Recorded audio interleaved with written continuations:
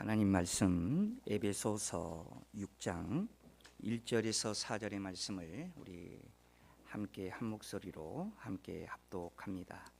에베소서 6장 1절에서 4절입니다. 우리 함께 합독합니다.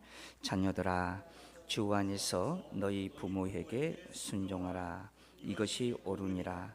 내 아버지와 어머니를 공경하라. 이것은 약속이 있는 첫 계명이니 이로써 내가 잘되고 땅에서 장수하리라. 또 아비들아, 너희 자녀를 노엽게 하지 말고 오직 주의 교훈과 흉계로 양육하라. 아멘. 우리 찬양대 찬양 있겠습니다. 아멘. 우리 하나님께 영광의 박수 올려드립니다. 자, 우리 이 시간 우리 앞사람, 뒷사람, 또 우리 옆사람 우리 인사하겠습니다. 하나님은 우리 가정을 사랑하십니다. 인사하겠습니다. 네. 유튜브로 예배하는 우리 성도님들도 인사합니다. 자, 오늘 말씀의 제목은 약속 있는 첫 계명이라는 말씀을 가지고 함께 은혜를 나누고자 합니다. 요즘 우리 주변을 보면 한 가지 인상 깊은 모습을 자주 보게 됩니다. 반려견을 아주 가족처럼 아끼는 모습이죠. 아프면 바로 병원에 데리고 갑니다. 그리고 좋은 사료를 사주고 정기적으로 건강검진도 받습니다. 심지어는 바쁜 직장 생활 와중에서도 시간을 내어서 반려견을 산책도 시켜주고 또 정성껏 또 돌봅니다. 우리가 그 모습을 그 자체를 잘못되었다고 얘기할 수는 없겠죠. 하나님께서 맡기신 생명을 사랑으로 돌보는 것은 참 의미 있는 일이라 할 것입니다. 그런데 우리가 여기서 한 가지 질문을 피해갈 수 없는 것이 하나가 있어요. 그 사랑과 정성이 과연 어디를 향하고 있는가라는 질문입니다. 어떤 분들은 반려견들이 조금만 아파도 밤잠을 설치면서 간호를 하면서도 정작 부모님이 아프다고 소식을 들어도 시간이 없어서 바빠서 라는 그 이유로 부모님을 찾아뵙지 못하는 경우도 사실 있습니다.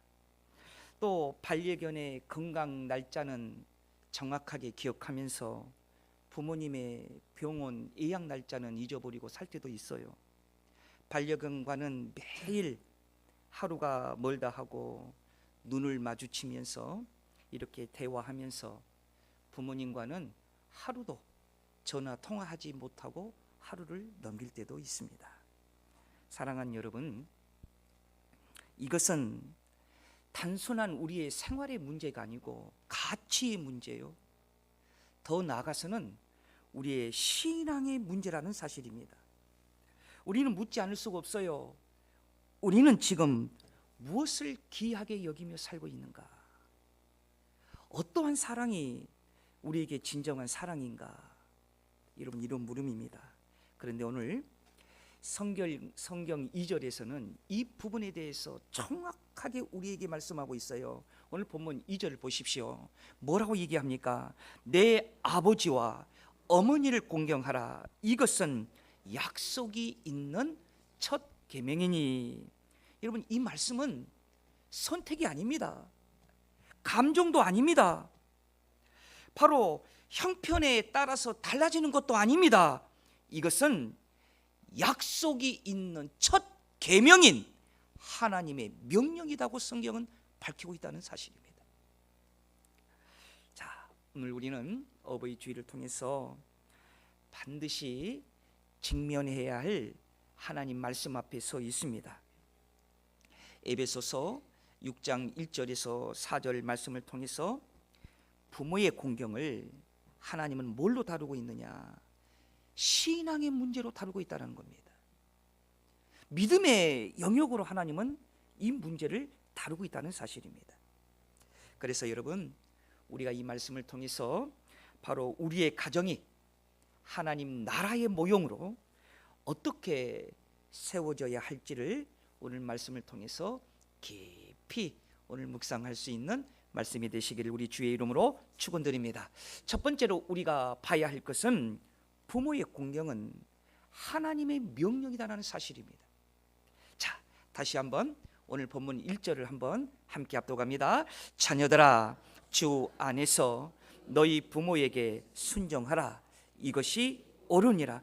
여러분, 여기서 우리가 놓치지 말아야 할 중요한 단어 한 가지가 있어요. 그것은 이것이 옳으니라. 성경은 이렇게 얘기하고 있습니다. 이 옳다라는 말은 단순히 사회적으로 바람직하다는 도덕적인 의미를 얘기하고 있는 것이 아닙니다. 이것은 하나님 보시기에 맞다라는 말입니다. 즉 하나님의 질서에 합당하다는 말입니다.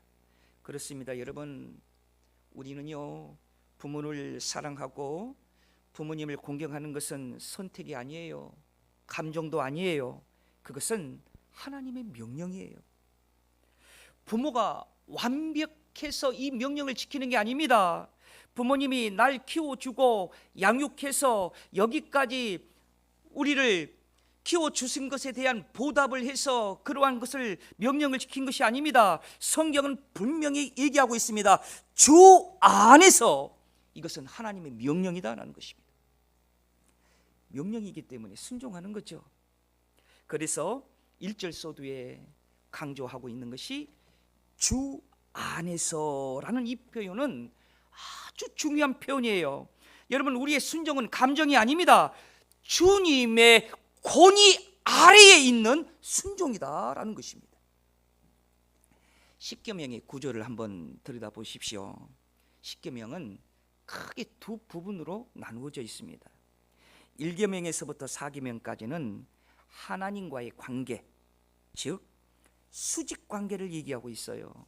그리고 5에서 10계명은 사람과의 관계, 즉 수평 관계를 얘기하고 있는 거예요. 그런데 이 제5계명, 부모의 공경의 이 계명은 사람과의 관계 중에 첫 번째의 계명이라는 것입니다. 여러분, 이 부분이 중요한 거지요.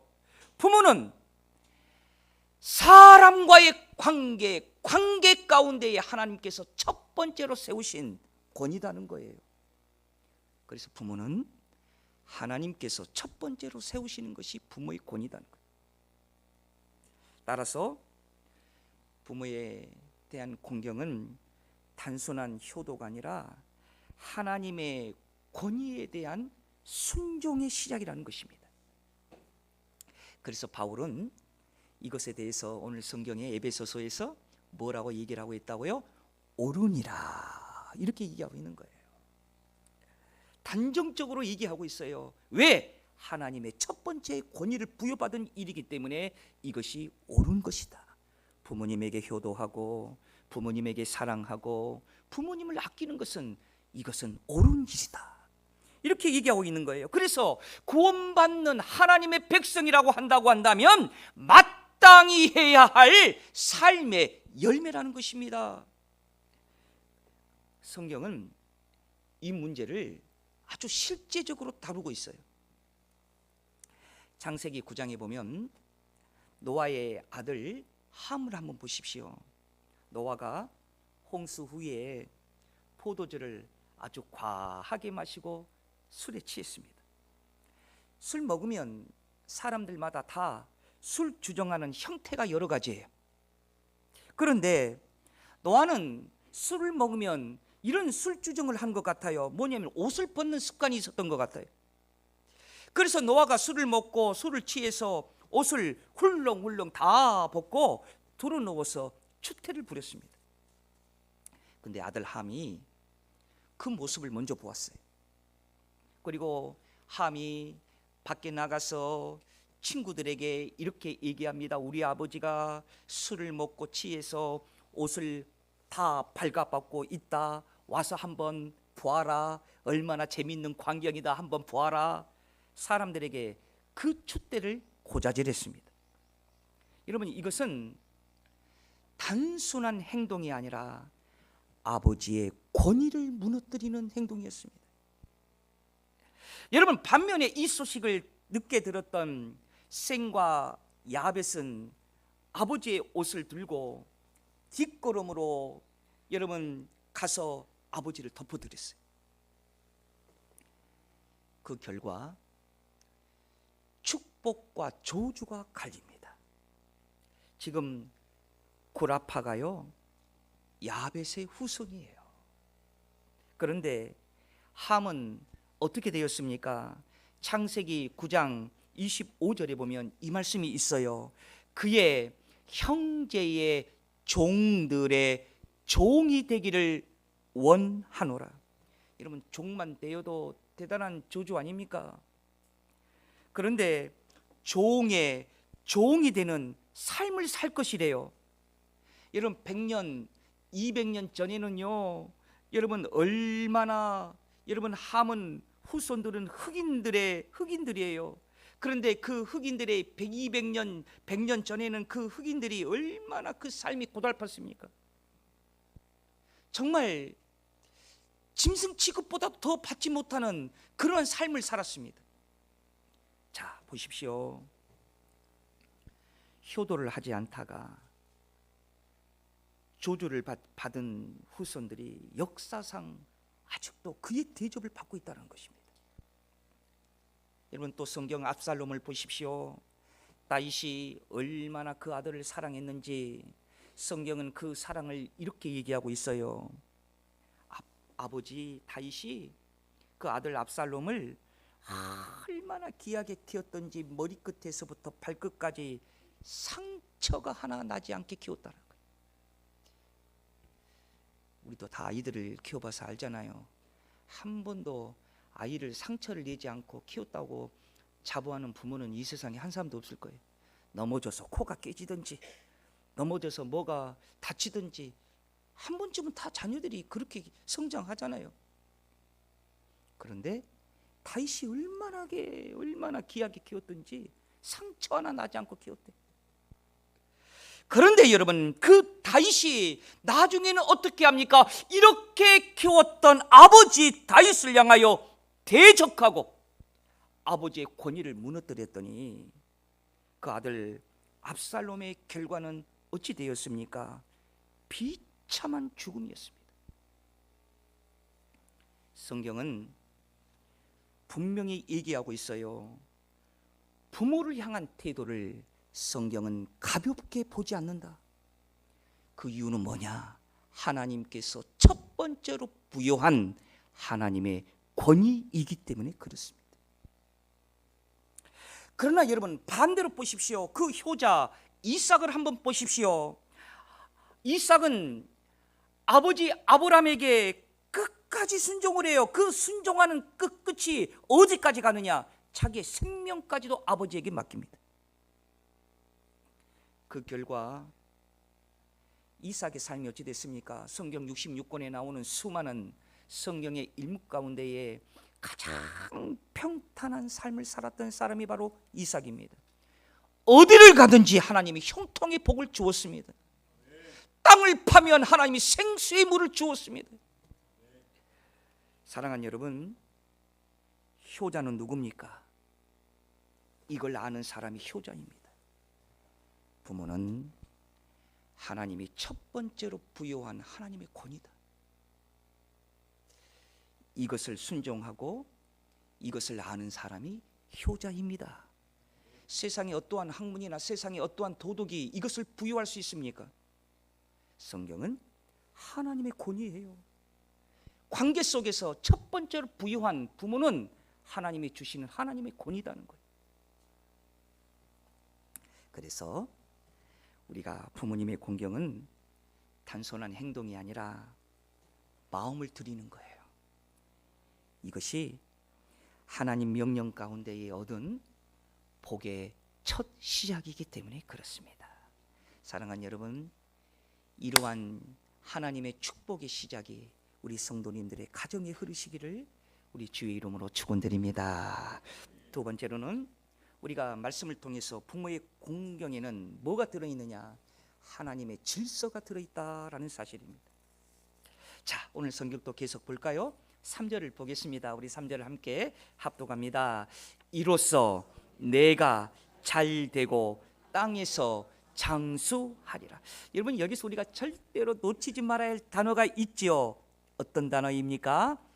잘 되고라는 단어입니다. 여러분, 이 잘 된다는 말은 히브리어로 야타부라는 단어인데 그 뜻은 두 가지 뜻을 가지고 있어요. 형통한다, 막힘이 없다, 이런 뜻을 가지고 있어요. 이것은 단순히 돈이 많아지고 일이 잘 풀린다는 의미가 아닙니다. 하나님의 질서 안에 들어가는 삶, 하나님의 통치 아래에 살아가는 삶을 얘기하고 있는 거예요. 이게 잘 된다는 거예요. 잘 되고 싶습니까? 하나님의 질서 안에 들어오면 해답이 있습니다. 그 결과가 뭘까요? 하나님의 질서 아래에 들어왔더니 3절의 결과는 어떠한 말씀을 하고 있습니까? 땅에서 어쩐다? 장수하리라.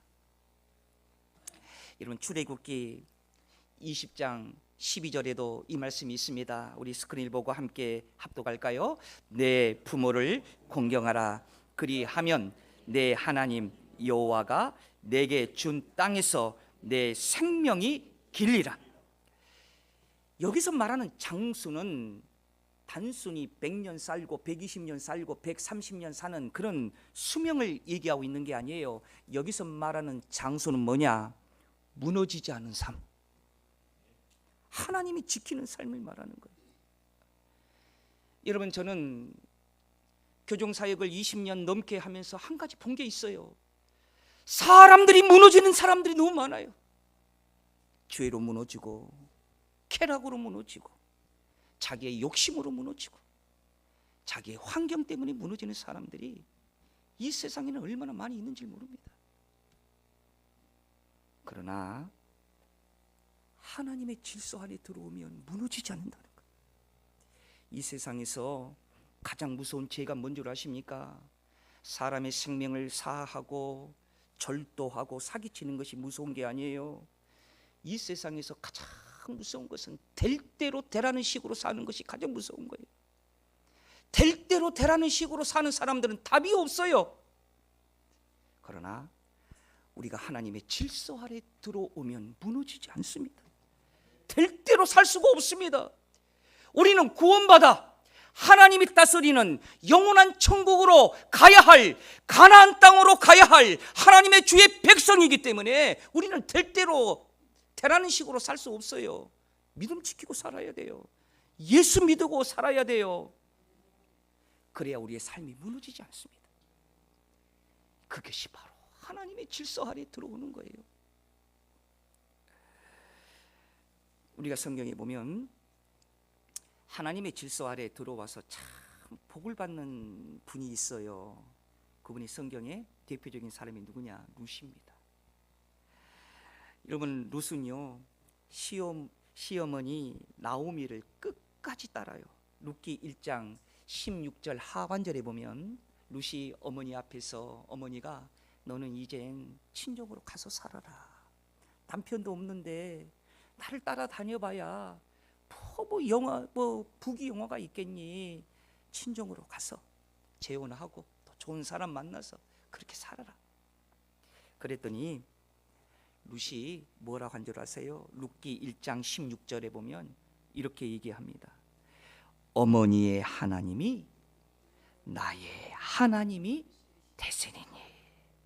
여러분, 이 구절은 며느리 룻이 시어머니 나오미를 따라가기를 결심하며 전한 말로 단순한 가족적인 의리나 인간적인 효심을 뛰어넘어서 신앙적인 결단을 얘기하는 거예요.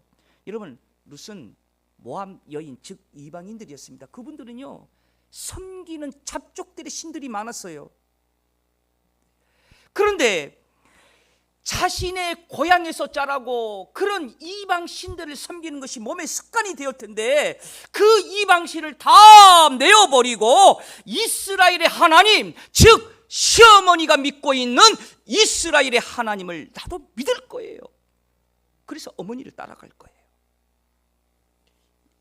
이것은 무엇을 얘기합니까? 혈연을 넘어서 영적인 연합, 즉 하나님의 질서 안에 들어가겠다는 고백입니다. 여러분, 그 룻의 결과가 어찌 되었습니까? 보아스를 만나게 돼요. 가문이 회복이 됩니다. 결국 다윗 왕의 계보를 만들어가요.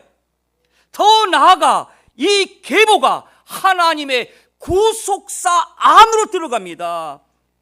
결국은 예수 그리스도의 계보가 되어지는 거예요. 사랑하는 여러분, 이것은 단순한 효도가 아닙니다. 하나님의 권위와 질서 안에 들어가는 바로 순종에서 오는 축복이었습니다. 여러분, 요셉을 보십시오. 총리가 되었지만은 아버지를 끝까지 섬깁니다. 아버지를 모셔옵니다. 최고의 땅에 거하게 해서 끝까지 아버지 야곱을 여러분 책임을 집니다. 그러자 하나님이 요셉의 삶을 지키셔요. 요셉이 어디로 가든지 형통하고 어떤 상황에서도 무너지지 않아요. 그래서 성경에서 요셉의 삶을 이렇게 정의합니다. 요셉은 형통한 자이었더라. 이것이 바로 잘됨이에요. 이것이 무엇이냐? 장수하는 삶이에요. 오래 살면서 고통과 고난과 병에 시달리면 그 장수가 무슨 복이 되겠습니까? 하나님이 주시는 잘됨과 축복의 장수가 하나님의 질서 안에 들어오는 것에 대한 하나님의 복이에요. 사랑하는 여러분, 잘되는 인생을 살고 싶습니까? 무너지지 아니하는 삶을 살고 싶습니까? 그렇다면 부모님을 공경하십시오. 그것이 바로 하나님의 질서 안에 들어온 것이다라는 것입니다. 자, 마지막으로 하나는 부모님의 공경은 무엇과 무엇으로 실천되어져야 되느냐? 순종과 존중으로 실천되어져야 한다라는 것입니다. 작가 조영경 씨가 쓴 이 효도 별곡이라는 책에 이런 얘기가 실려 있습니다. 어느 만두집에 수요일 오후 3시만 되면 한 할아버지와 한 할머니가 찾아왔어요. 그런데 이 두 분은 늘 함께 온 것이 아니라 따로따로 들어와 서로 마주 앉습니다. 그리고는 만두를 하나를 시켜놓고 그 만두를 제대로 드시지 않고 서로를 애틋하게 바라보면서 눈시울을 붉히곤 했습니다. 마치 헤어져야 하는 사람들처럼 아주 애틋한 모습이었대요.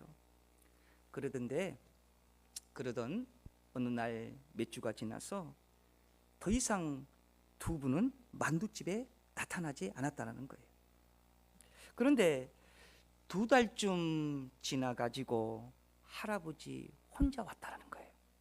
그래서 너무 반가워서 만두집 사장 부인이 물었다고 합니다. 할머니도 이제 곧 오시겠죠? 그러니까 할아버지가 독배 가듯이 울먹이는 목소리로 이렇게 얘기하더랍니다. 할머니는 먼저 갔어요. 사연을 들어보니까 사연이 이렇더래요.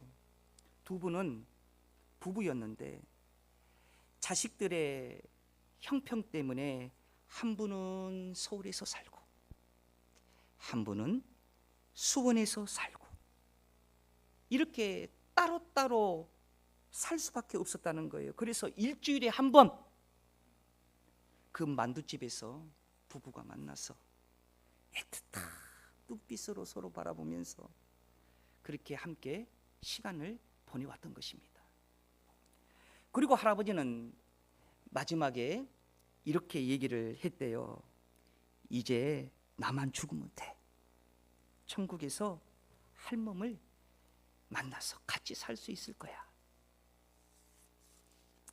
사랑하는 여러분, 우리가 이 말을 들을 때 참 마음이 아프지 않습니까? 평생 함께 살기로 약속한 부부가 자식들 때문에 떨어져 살아야 하는 현실, 어쩌면 이것이 우리의 앞으로 당할 수도 있는 모습일 수도 있다라는 것입니다.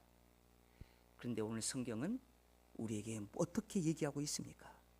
다시 한번 오늘 본문 1절에서 3절까지의 말씀을 다시 한번 합독합니다. 시작. 자녀들아, 너희 부모를 주 안에서 순종하라. 이것이 옳으니라. 내 아버지와 어머니를 공경하라.